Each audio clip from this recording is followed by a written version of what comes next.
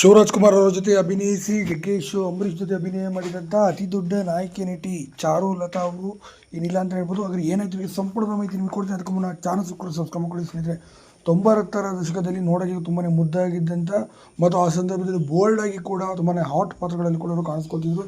ತುಂಬಾ ಅದ್ಭುತವಾದ ಅಭಿನಯ ಮಾಡಿದ್ರು. ನೋಡೋಕ್ಕೆ ಕೂಡ ತುಂಬಾ ಮುದ್ದಾಗಿದ್ದು ಚಾರುಲತಾ ಅವರು ಅಂತ ಹೇಳ್ಬೋದು.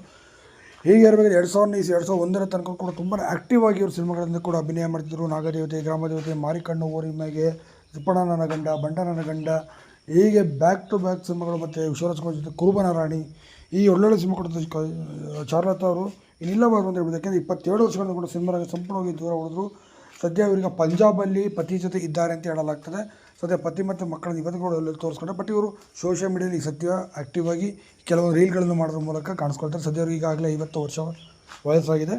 ಸದ್ಯ ಚಾರುಲತಾ ಅವ್ರು ಎಲ್ಲೂ ಕೂಡ ಮೀಡಿಯಾಗಳಲ್ಲಾಗಿರ್ಬೋದು ಎಲ್ಲೂ ಅವರು ಕಾಣಿಸ್ಕೊಳ್ಳಿಲ್ಲ. ಈ ಸಿನಿಮಾಗೆ ಯಾಕಾಗಿ ದೂರ ಉಳಿದ್ರೂ ಕೂಡ ಎಲ್ಲೂ ಮಾಹಿತಿಗಳು ಕೊಡಲಿಲ್ಲ. ಹೀಗಾಗಿ ಚಿತ್ರರಂಗದಿಂದ ಇದ್ದಕ್ಕಿದ್ದಂಗೆ ಕಣ್ಮರೆಯಾಗಿ ಇನ್ನಿಲ್ಲವಾಗಿದ್ದಾರೆ ಅಂತಲೇ